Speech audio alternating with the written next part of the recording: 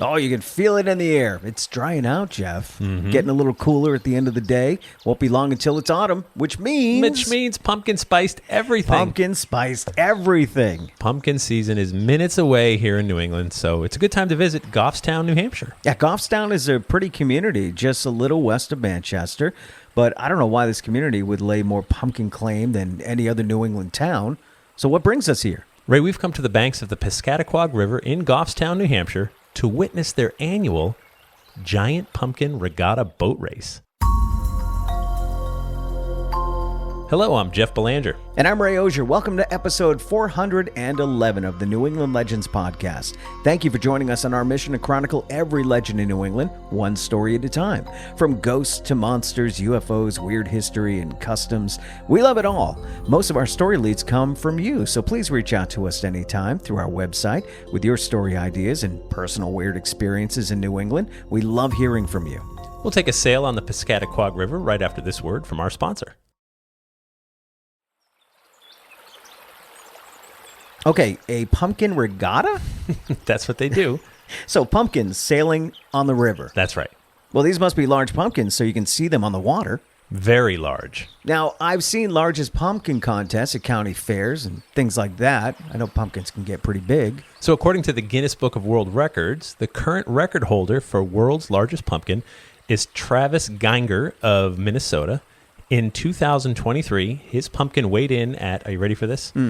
2,749 pounds. Well, that's over a ton. It is. It's almost a ton and a half.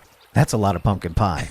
And it would make a pretty big boat. I guess it would. So here's a little more background on Goffstown. The town was first established in 1734 as a Massachusetts township back when the border was still under dispute.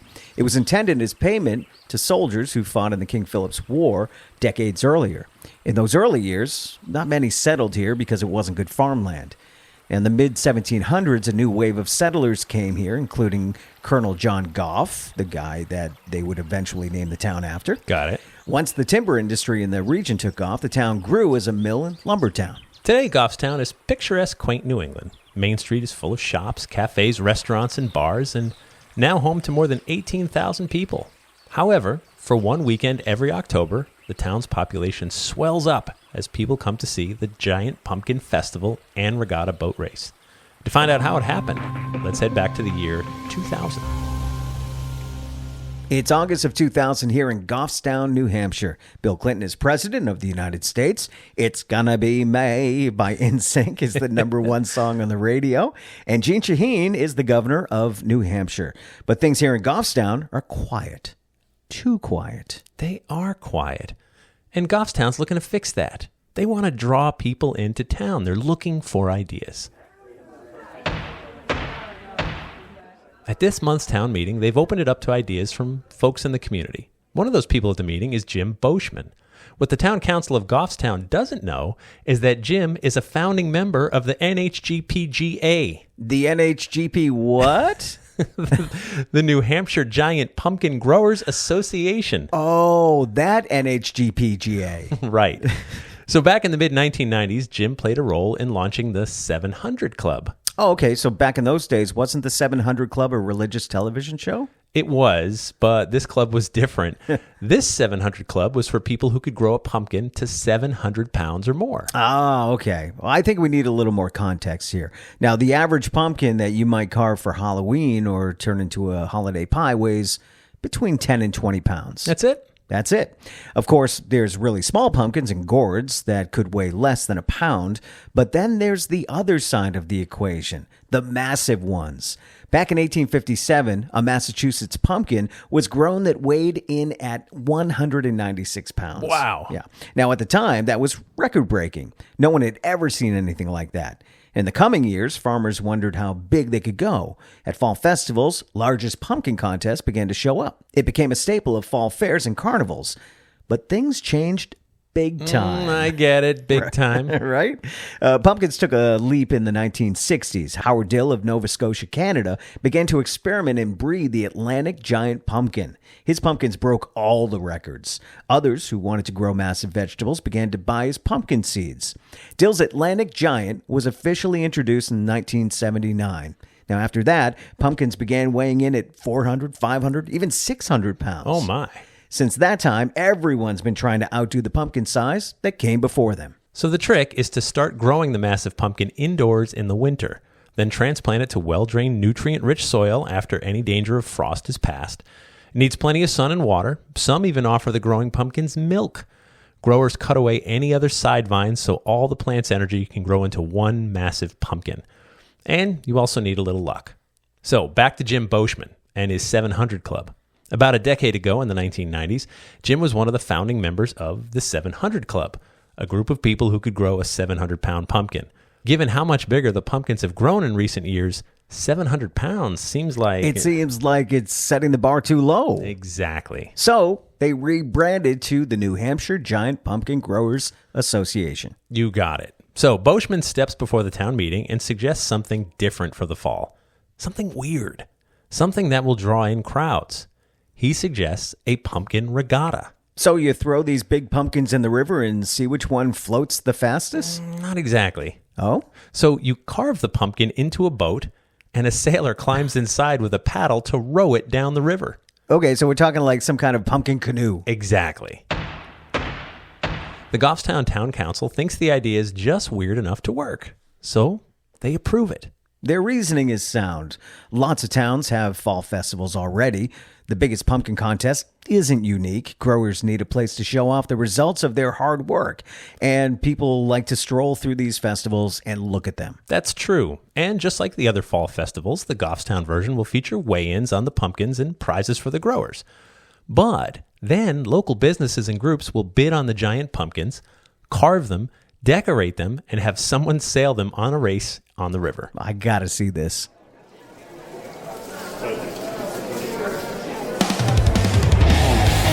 It's Sunday, October 29th here in Goffstown. The Fall Festival is a hit. It sure is, Ray. There's over 500 people in town to see the pumpkins and the boat race. The weather's great, the air is crisp, and the pumpkins are massive. They're placing 4 decorated and hollowed out pumpkins in the water. Check it out, Jeff. There's the town selectman, Peter Georgiantis, climbing in one of the pumpkins. And look at that. There's the chief of police climbing into another. Yes. This is pretty funny. I mean, everyone's having a good laugh about it. These pumpkins are awkward. They are. They don't exactly slice through the water like a canoe or a boat would. It's really awkward watching them paddle out to the start line on the Piscataquog River.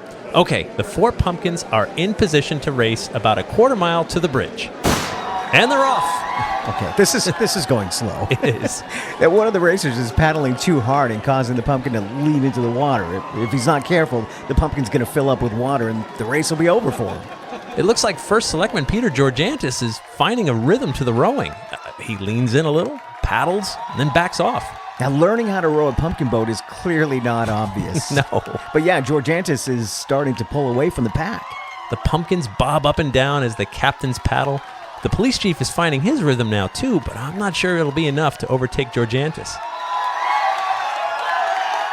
Well, it looks like, yes, Georgiantis has won the first pumpkin regatta in Goffstown.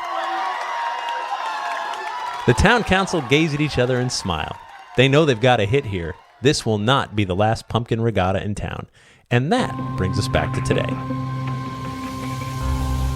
It was not the last pumpkin regatta, by the way. The following year, in 2001, the crowd size doubled to over 1,000 people. The year after, 2,000 people, and so on. It's grown so much that now it's a 2-day event that draws in thousands of people from all over. This year, the 25th annual race is being held October 18th and 19th, 2025 on Main Street in Goffstown. There's vendors, crafts, food, pumpkins, and of course, the regatta. You know, when something is weird and fun, it tends to stick around. And the pumpkins continue to get larger each year. Think about this. In the year 1857, 196 pounds was considered the largest ever. In 2023, the record holder stands at 2,749 pounds. That is a staggering increase, and most of the growth happened since the 1970s. Remember, back in episode 323, we covered the story of the Pumpkin Chunkin' Trebuchet that launched a pumpkin over a quarter of a mile. That's right. Named Yankee Siege, that machine was born and displayed in Greenfield, New Hampshire. That's right. So what is it with New Hampshire and their relationship with pumpkins? That's a great question, and one I don't think we can answer. Like many other stories we've covered, the Granite State's strange use of pumpkins will have to be a mystery we leave unsolved. Either way, we're grateful for New Hampshire's weirdness. They never let us down with subjects to talk about. And that takes us to After the Legend, where we take a deeper dive into this week's story and sometimes veer off course. After the Legend's brought to you by our Patreon patrons. We need every patron we have, and we need you too. Our patrons help us financially with our hosting, production, marketing, travel, equipment, all the other costs it takes to bring you 2 podcasts each week. It's just $3 per month. It's like buying me and Ray half a pumpkin spice latte that would have to split. So I guess that's like a quarter pumpkin spice latte each. Yeah. And for that, you'll get early ad-free access to new episodes, access to our entire archive, plus bonus episodes and content that no one else gets to hear. Just head over to patreon.com/New England Legends to sign up and to see some pictures of the Goffstown Pumpkin Regatta and a YouTube video of the race that you simply must see. Click on the link in our episode description or go to our website and click on episode 411. You know, it's funny. I have a friend who broke a record by doing that down a river, and I wish I knew more information. I should have looked it up before we talked about this, but Todd Sandstrom had a Guinness World Record for hollowing out a pumpkin and the distance. Oh, the distance. Okay. It was the distance. So Yeah. it wasn't the race. It was the distance. There are now a bunch of pumpkin regattas all over. Yeah. I'm not sure if this was the first, but I love that someone was just like, hey, my club likes growing huge pumpkins. And the town embraced it. And the mayor and the chief of police was like, yeah, I'll captain one. Why not? Like, what a silly, fun thing to do. Sure.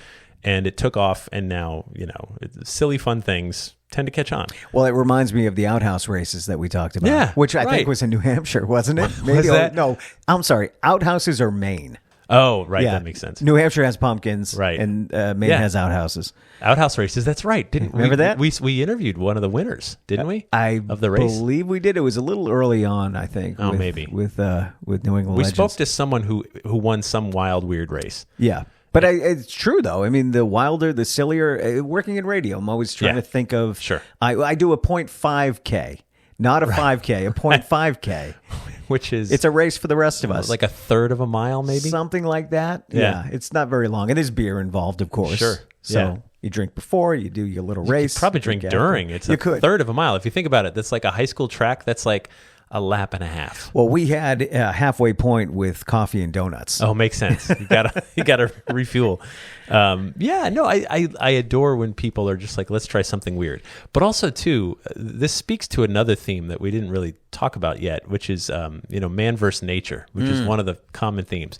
So here's this pumpkin, which gives us food. I love pumpkin pie. Adore it. Yeah, me right? too. One of my favorites. You know what? I liked it after I realized that it doesn't have pulp. I thought that a pumpkin pie was full of pulp. It's Oh. just the flavor. Right.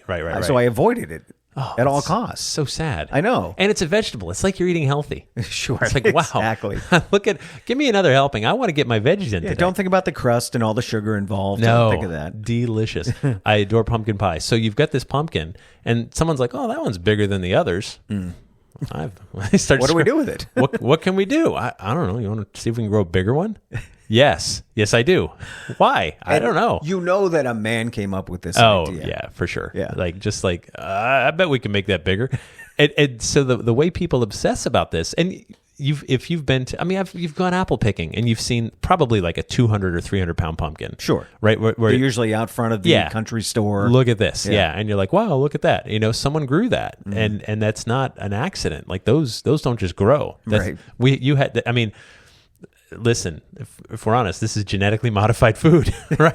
Just like a wrestler or something that you see. That guy's huge. He's on it's not roids, natural. Steroids. So the thing about, also, we've said this before too, any apple you've ever eaten, is genetically modified. Someone grafted an apple and made it delicious. And they've been doing that for centuries. Yep. They weren't doing it with chemicals or anything like that. They were just doing it naturally, but it is still modified.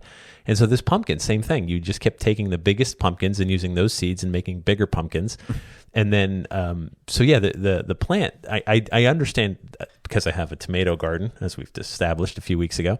Are you trying to grow the largest tomato? No, but I understand how the plant has to disperse its energy and nutrients to however many pieces of fruit or whatever is growing on it. So if you take away all but one, it puts it all into that one. Oh, sure, yeah. So, but still, you've got, imagine 2,700 pounds No, pumpkin? That must be the size of a car. And it's fun to talk about and brag about. Yeah. But then you have to move it around. That's equipment. Like Yeah. you got to bring. That's a backhoe. Like Right. that can lift a. Yeah, that's a thing. It's like somebody going to Milton Cat and just saying, "Hey, what do you got for a big pumpkin?" What do you? Right? Yeah, I need a backhoe to lift this 2.5 ton vegetable onto a flatbed. Yeah, or a catapult. And then not only that, I mean, imagine something goes wrong with the lift. Oh my God! Right, and it breaks. It falls apart, yeah. and you're just like, oh. Well, because pumpkins can be delicate. Of right? course, but especially no, the older they get. And if you drop it, and how do you get under a 2,700 pound without damaging it? I don't know. This is beyond me. We clearly need to do more study here, but I think here's a fun documentary idea for someone to do. Obviously in New Hampshire, not like listen up, New Hampshire public access. I need this one's for you. I need someone to get a time lapse video next winter, starting in the house at Jim's house or whoever's going to try to grow a record breaker. Start it in the house, just leave it, and then move the time lapse to the garden as it grows, and watch it just get bigger and bigger and bigger and bigger. Interspersed with like interviews with the people and the club he's in, and just like that, and then watching it get lifted, brought to the contest, hollowed out, and sailed. I think you found your new TV show. That's what an amazing. And that's New Hampshire. I would watch that. But next time you go to Wisconsin and watch cheese become cheese. The cheese becomes. There's the cow born. Yeah. Time lapse. Then it's milked. Then it's the curds and all that and aged.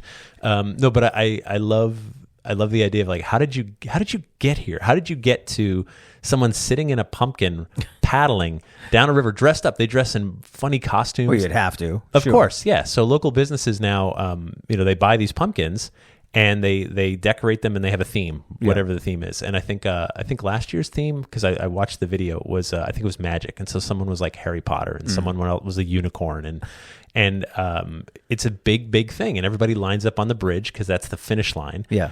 And they just paddle. And it is so awkward. If you've ever paddled a canoe or a boat, like the bow slices the water. Sure. And it keeps you moving in a speedy, nice direction. Well, pumpkin is just... Well, pumpkins are also wide. Yeah. So to get that oar over the side of the pumpkin into the water, those are extra long oars, I would think. Yeah, they're the double paddles like you have on like a kayak. Okay. So it's one long... So it's got two on each side. That's what I think people are using nowadays. But also, if you lean wrong... you're going in. Right. And then you overcompensate the other way. And it can get very shaky. I'm sure that must be incredibly difficult to navigate because it was just not built for that. I'm sure people hope for that to happen. Of course they do. That's part of the fun. That's part of the fun. It's like, the mayor just went in, that's so the pumpkin swamped. Yeah. This is almost like the evolution of dunk tanks. Yeah. We want to see them fall into the water. Of course we do. Yeah. That's why we're here. I think you add people throwing tomatoes at them. Or what else is big in New Hampshire? Apples. You throw at other smaller pumpkins. They're gourds. So as they're paddling, you're throwing gourds at them, trying to throw them off their rhythm. Someone's listening, going, "This is an idea for next year. This is pretty good." And they can wear helmets so that they're in padding. Right. Oh yeah. This is full contact. You're trying to chip away at the other pumpkin and sink it. Oh, that's a good idea. Yeah. So now they have like spikes and knives on their oars, and it's almost like Death Race 2000. Wow.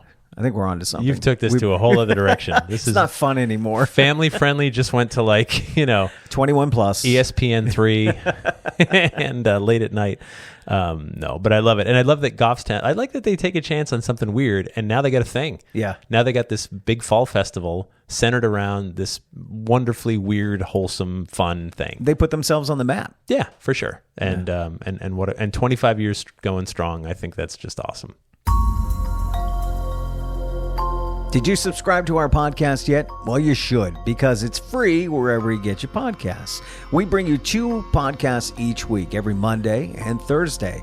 If you could post a review for us and share the episodes with your friends, we'd be most grateful. That's how we grow. And please reach out to us anytime through our website with your own stories of New England weirdness. We may want to interview you for our new podcast.